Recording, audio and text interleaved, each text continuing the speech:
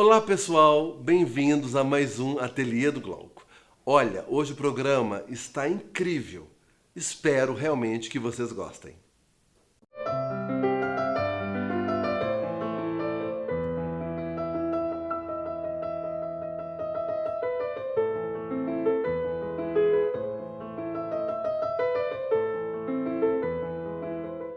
Hoje no Professor Glauco vamos falar sobre curador. Pessoal, vocês lembram que no programa passado eu terminei com essa palavra curador?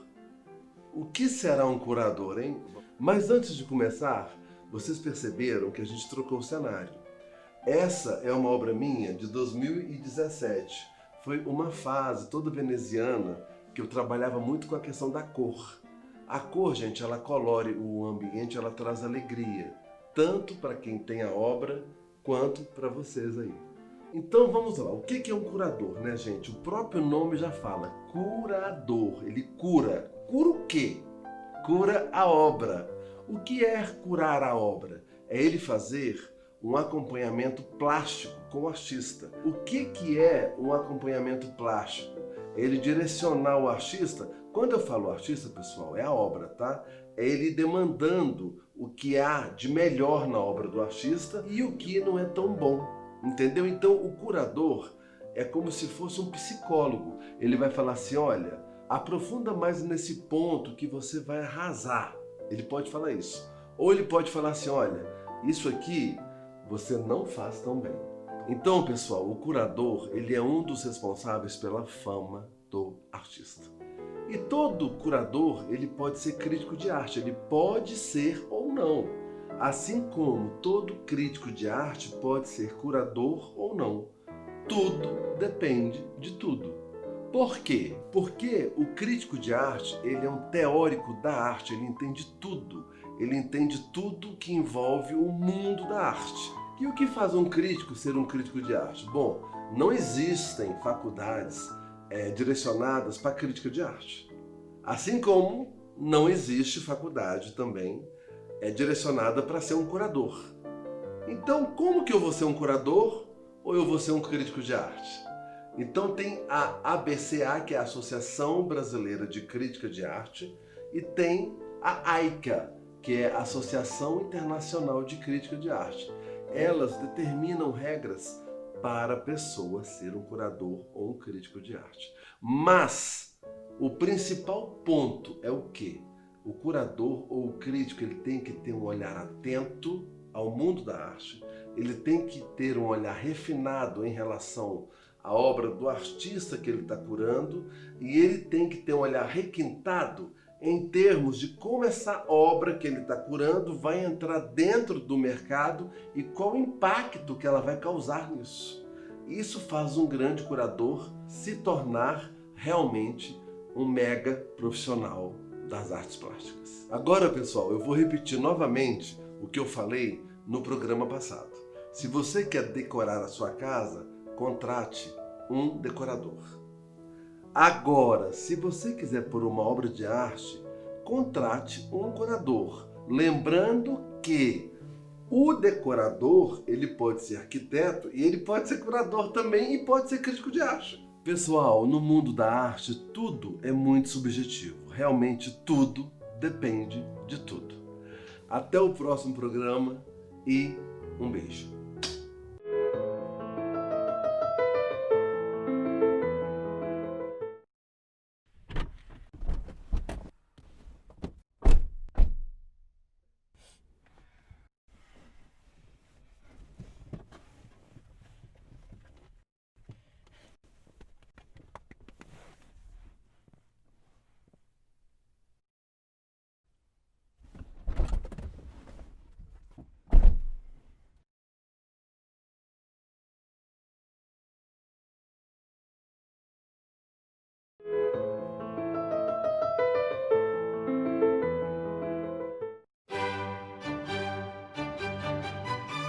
Esse quadro eu vou fazer a técnica acrílica aguada.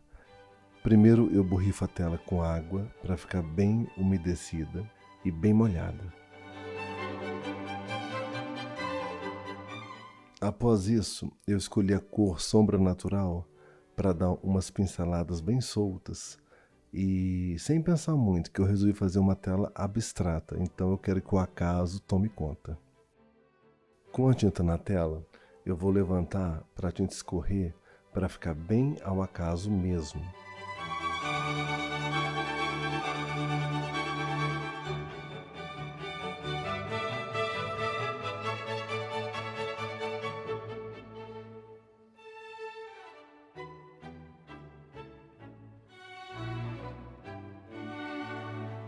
Agora com a tinta preta eu vou fazer o mesmo processo, só que eu vou deixar escorrer do lado oposto, para dar o encontro do preto com sombra natural e ver o que acontece.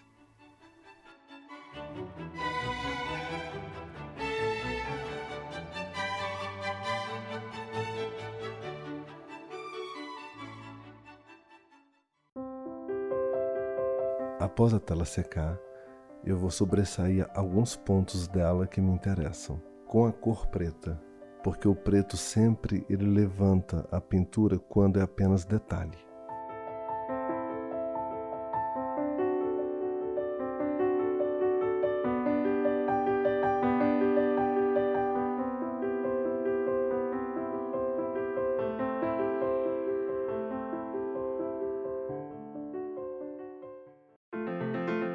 Agora, com os detalhes pretos já resolvidos, eu vou fazer uma transparência branca usando fita crepe, porque eu quero apenas uma faixa de transparência branca, para ficar um véu de tinta branca, para depois disso eu finalizar a obra.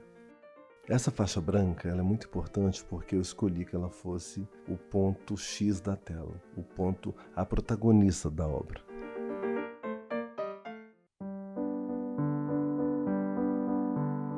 E agora eu vou escrever, obviamente, com o meu dialeto secreto.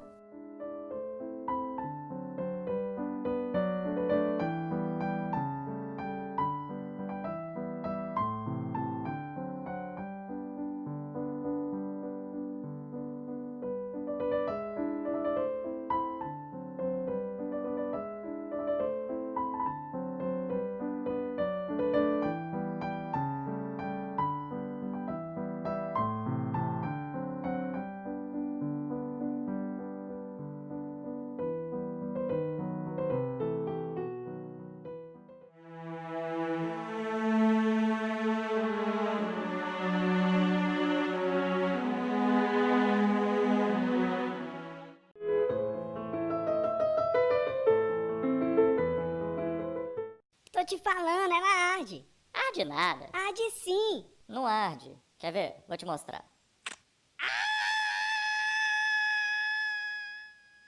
Te falei.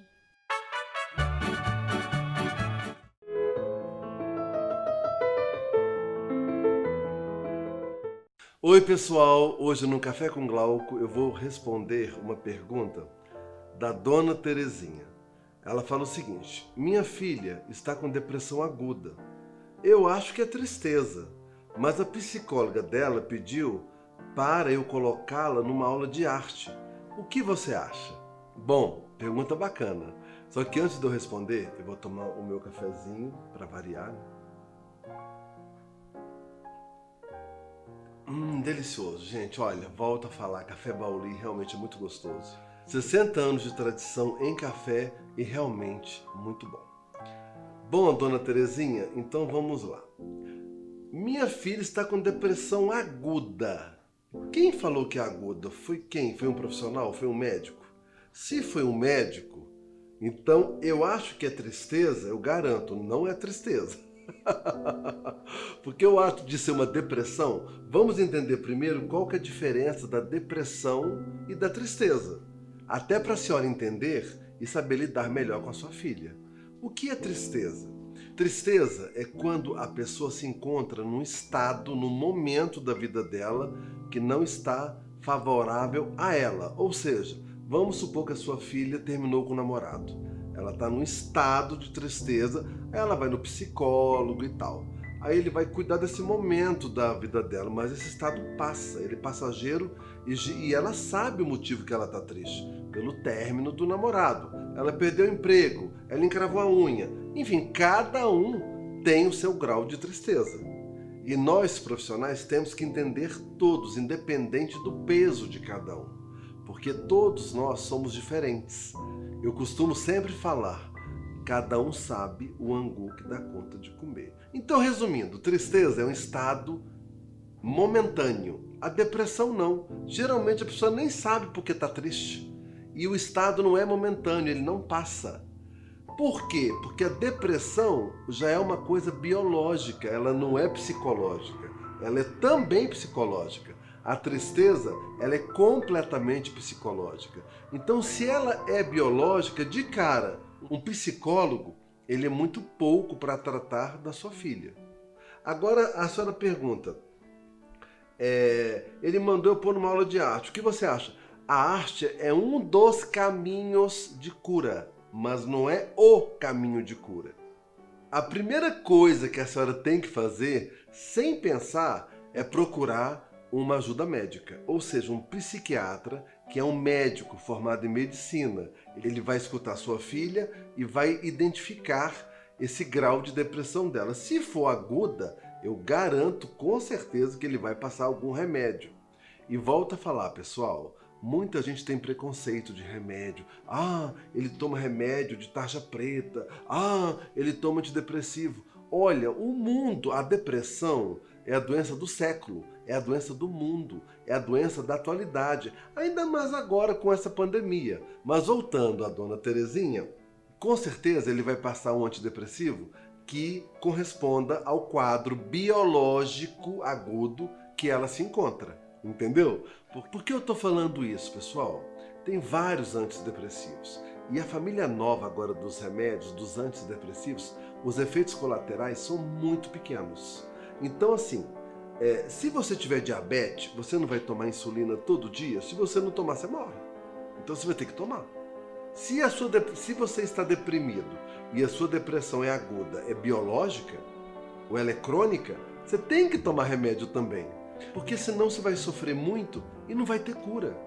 Então, dona Terezinha, urgente, leve ela no psiquiatra, se a senhora não levou, e ela precisa, ela necessita, ela tem que tomar algum remédio ou alguns remédios. Por que eu falo alguns no plural? Porque às vezes o profissional, ele vai passar um antidepressivo, aí no caso dela, ela muda de humor rápido, ele vai passar um estabilizador de humor que também vai agir em outro campo do cérebro, que também é um antidepressivo. Às vezes, ela tem algum tipo de pulsão que ela não controla, aí já é outro antidepressivo que atua melhor nessa área. Enfim, e provavelmente quando ela estiver numa crise, o que é crise, pessoal? Crise é um estado do corpo que a pessoa não consegue controlar. É uma pulsão, é uma taquicardia, a pessoa fica trêmula, com as mãos geladas. Cada um tem seu sintoma. Então, o profissional também deve passar um ansiolítico. O que é ansiolítico? O ansiolítico tem tarja preta. Por que eu estou frisando muito essa questão de remédio, pessoal? Para realmente acabar esse preconceito que as pessoas têm com antidepressivo e ansiolíticos. Bom, mas voltando à pergunta da dona Terezinha da arte, a arte, ela ajuda a tudo e a todos. Ou seja, por que eu falei que ela é um dos caminhos? Porque quando a pessoa está praticando arte, está desenhando, pintando, está esculpindo, enfim, ela está conectada a um outro campo de visão, ao lado criativo.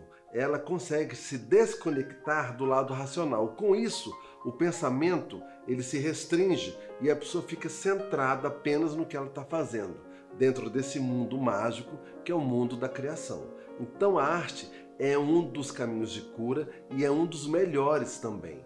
Mas o remédio é extremamente essencial. E a arte anda de mãos dadas com ele nesse caso. Ok, dona Terezinha? Até a próxima, pessoal. Beijo. Infelizmente, acabou, né, pessoal? Mas no programa que vem, tem mais. Olha, mas não se esqueçam de seguir nossas redes sociais, assistam nosso programa no YouTube, canal Ateliê do Glauco, está incrível, e mandem perguntas também, ok? Olha, até o próximo programa e um grande beijo de verdade.